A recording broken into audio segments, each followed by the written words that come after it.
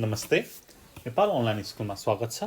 आज हामी verb plus ing को बारेमा कुरा गर्दैछौँ। verb plus अब कुनै verb plus अब verb हुने हैन, जस्तै अब enjoy doing, stop doing है, यस्तोको बारेमा कुरा गर्छौँ। अब सुरु त हामी एक्जाम्पलबाटै गरौँ न हैन। ल मैले सुरु गरेँ। एक्जाम्पल हेरौँ पहिला अनि बिस्तारै हामी कुरा गर्छौँ यसको। I enjoy reading. Next one. Would you mind closing the door? Would you mind closing the door? Last one. Chris suggested going to the cinema. Chris suggested going to the cinema. अब हेरौँ है। फर्स्टमा I enjoy reading छ। अब यो ठिक छ। अब के ठिक छैन त भन्दाखेरि I enjoy to read हुँदैन। I enjoy to read यस्तो हुँदैन है। भनेपछि अब कुन कुन भर्बहरुसँग चाहिँ यो ing आउँछ यसपछि कुरा गर्छु। अब यहाँ फर्स्टमा के हुँदैन भन्ने कुरा गरौँ है त। Would you mind closing the door? Would you mind to close the door हुँदैन। त्यस्तै गरी यहाँनेरि Chris suggested going to the cinema, यसमा Chris suggested to go to the cinema हो। ठ्याक्कै यो कुरा चाहिँ हुँदैन है यहाँनेरि। यति चाहिँ तपाईले बुझ्नु पर्यो हाम्रो यो important शब्दहरु।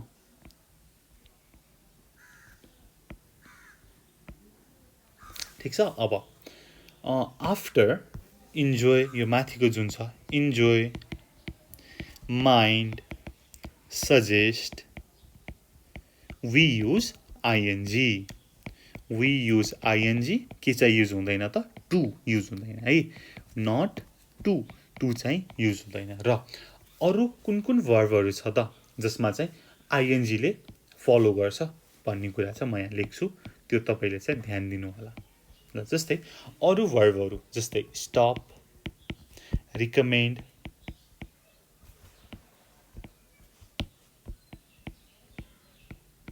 admit, avoid, imagine, finish, consider, deny, risk, fancy हो। यस्तो भर्बहरुसँग चाहिँ ing लागेर आउँछ। अब मैले त्यति मात्रै भनेर भएन, एक्जाम्पल पनि दिनु पर्यो हैन। ल मैले दिएँ तपाईहरुलाई एक्जाम्पल। अब suddenly everybody stopped talking.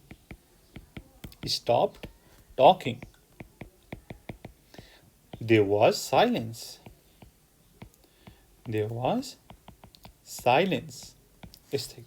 Next one. I will do the shopping when I have finished cleaning the flat. यस्तै गरी he tried to avoid answering my question. He tried to avoid answering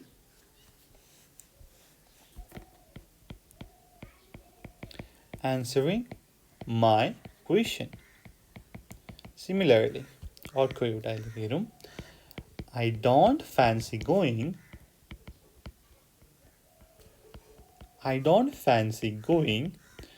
out this evening.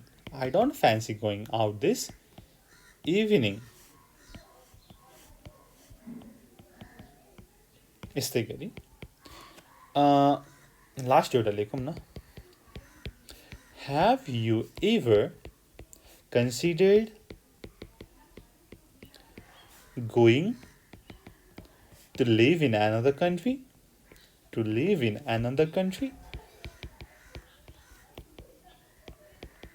है यहाँनेरि मैले माथि जुन वर्डहरु लेखेँ तिनीहरु पछि चाहिँ के चाहिँ आएको छ त they are followed by ing.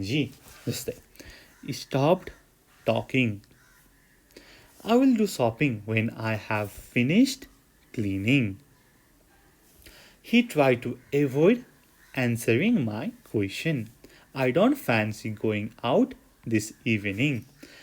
Have you ever considered going to live in another country? Considered going हो तपाईले अलिकति यति ठ्याक्कै बुझ्नु भयो भनेदेखि चाहिँ तपाईलाई चाहिँ यसपछि चाहिँ आइएनजी आउँछ है भनेर चाहिँ थाहा हुन्छ र सजिलो हुन्छ। अब आइएनजी यो त हामीले सबै पोजिटिभको लेख्यौं। अब यसको नेगेटिभ फर्म के हुन्छ भन्दाखेरि the negative form is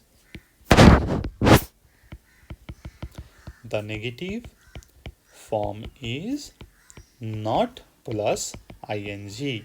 Not plus ing. Just the example here. When I am on holiday, I enjoy not having to get up early. When I am on holiday, I enjoy not having get up early. यो चाहिँ यसको negative भयो। Enjoy हाम्रो माथिकै verb भयो, त्यसपछि not आयो, त्यसपछि it is followed by ING. त्यसपछि अर्को के छ भन्दाखेरि हामी अरू शब्दहरू पनि छ, जस्तै गिवन अप अथवा गिभ अप लेखौँ न हैन। त्यसपछि put of,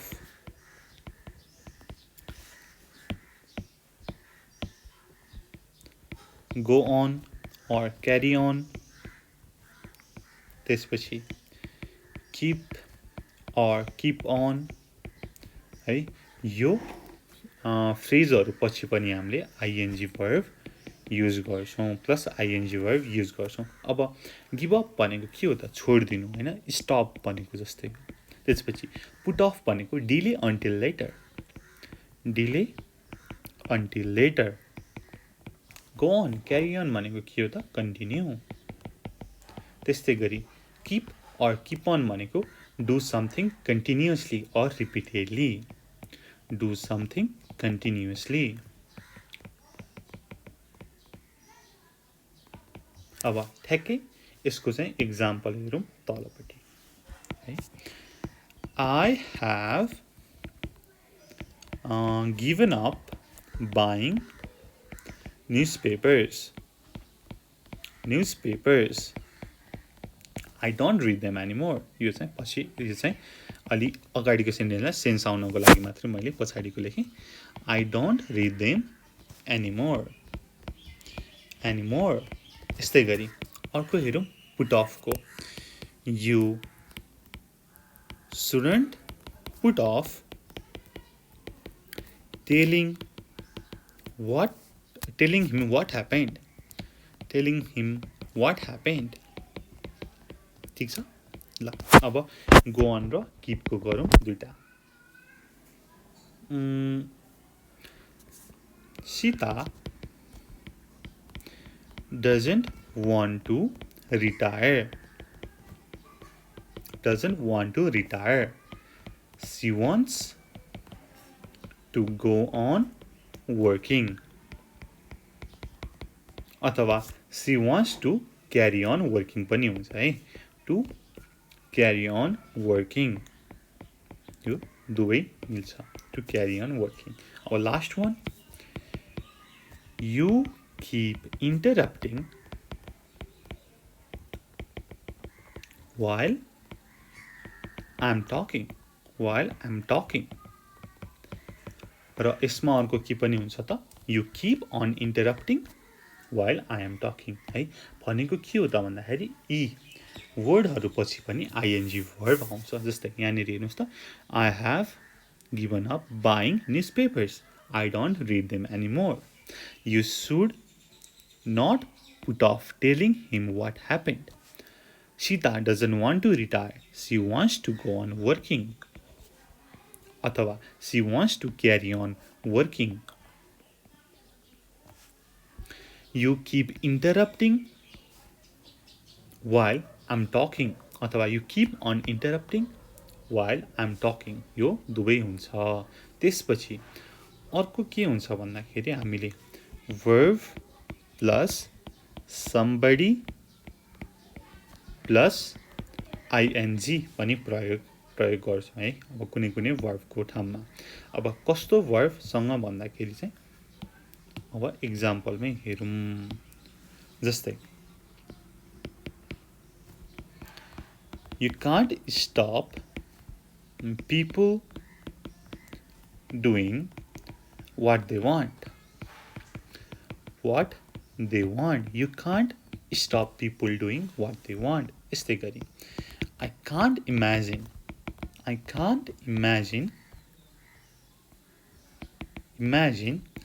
Ram riding a motorbike. I can't imagine Ram riding a motorbike. यस्तै गरी sorry to keep you waiting so long. Sorry to keep you waiting so long. है यो चाहिँ तपाईले त्यस्तो कुनसँग आउँछ भनेर चाहिँ त्यस्तो कण्ठ पार्ने त हैन, तर एउटा रफ आइडिया कुनसँग आउँदो रहेछ त भनेर हेर्नु भयो भने चाहिँ तपाईलाई यसको एक्सरसाइज गर्न इम्प्लिमेन्ट गर्न सजिलो हुन्छ। यानी verb plus somebody plus ing, verb plus somebody plus ing। ठीक छ, एकचोटी सरर पढे मैले। You can't stop people doing what they want. I can't imagine Ram riding a motorbike. Sorry to keep you waiting. अब हामीले केही फिनिश एक्सन लाई कुरा गर्नको लागि पनि यो ing को कुरा लगाउन सक्छौं। When you talk about finished actions,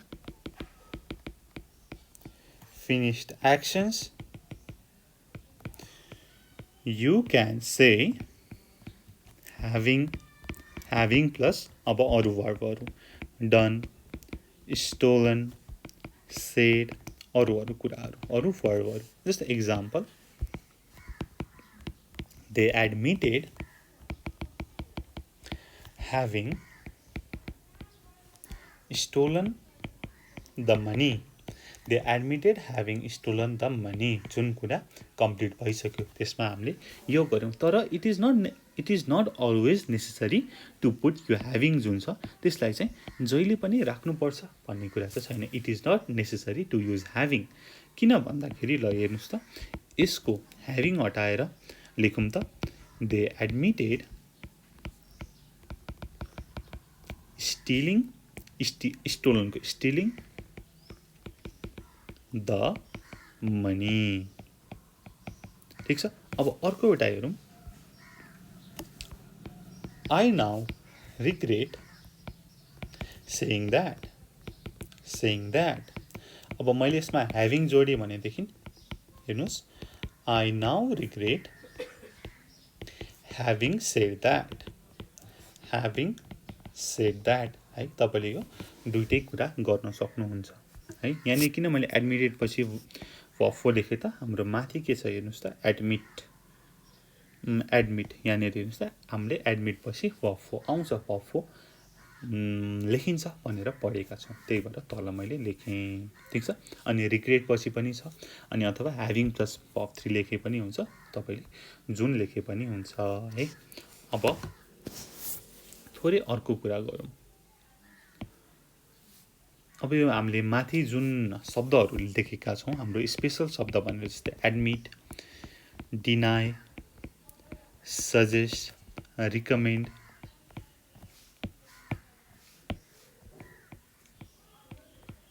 लाई चाहिँ अरु पनि स्ट्रक्चर हुन्छ है। यो जुन यो प्लस आईएनजी मात्रै हुँदैन भन्नको लागि मात्रै मैले यति कुरा लेख्दै छु। जस्तै they denied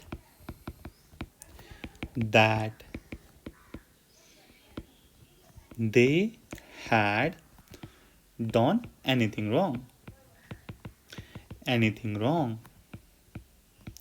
They denied that they had done anything wrong भन्नु र they denied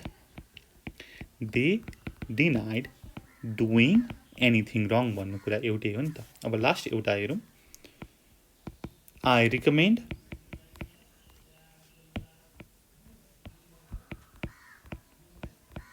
recommend you travel by train. अब हामीले माथि पढेको स्ट्रक्चरबाट के पनि गर्न सकिन्छ त I recommend traveling by train.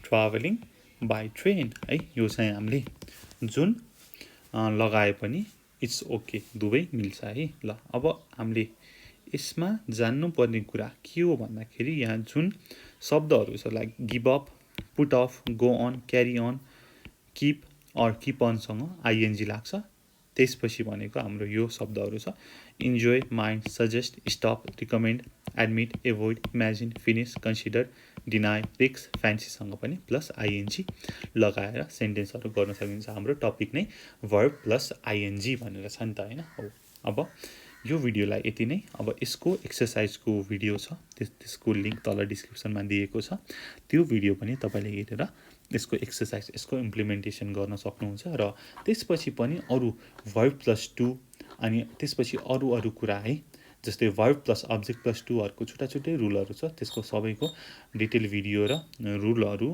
र एक्सरसाइजहरु दिएको छ सबै हेरिदिनु होला त्यति भन्दै thank you so much for watching until next time goodbye जय चन्द्र सूर्य पीस